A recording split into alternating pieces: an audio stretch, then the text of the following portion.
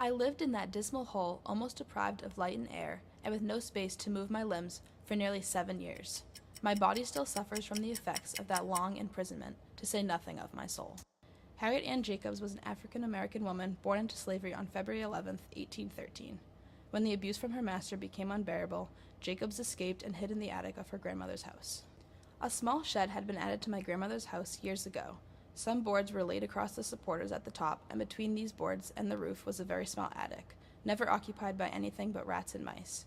The attic was only 9 feet long and 7 wide. The highest point was 3 feet high. There was no admission for either light or air.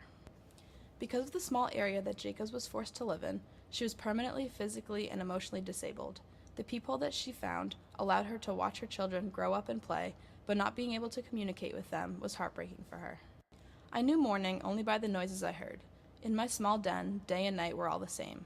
I suffered for air even more than light. But I was not comfortless. I heard the voices of my children. There was joy and there was sadness in the sound. It made my tears flow. How I longed to speak to them. I was eager to look on their faces. Jacob's master was looking for more than just profit from Harriet and her children. He was looking for revenge. Mr. Sands sent a speculator to offer him $900 for my brother William and $800 for the 2 children. These were high prices, as slaves were then selling, but the offer was rejected.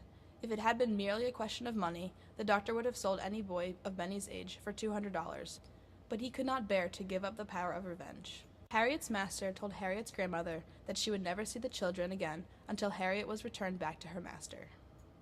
When I heard that my little ones were in a loathsome jail, my first impulse was to go to them. I was encountering dangers for the sake of freeing them, and must I be the cause of their death? The thought was agonizing.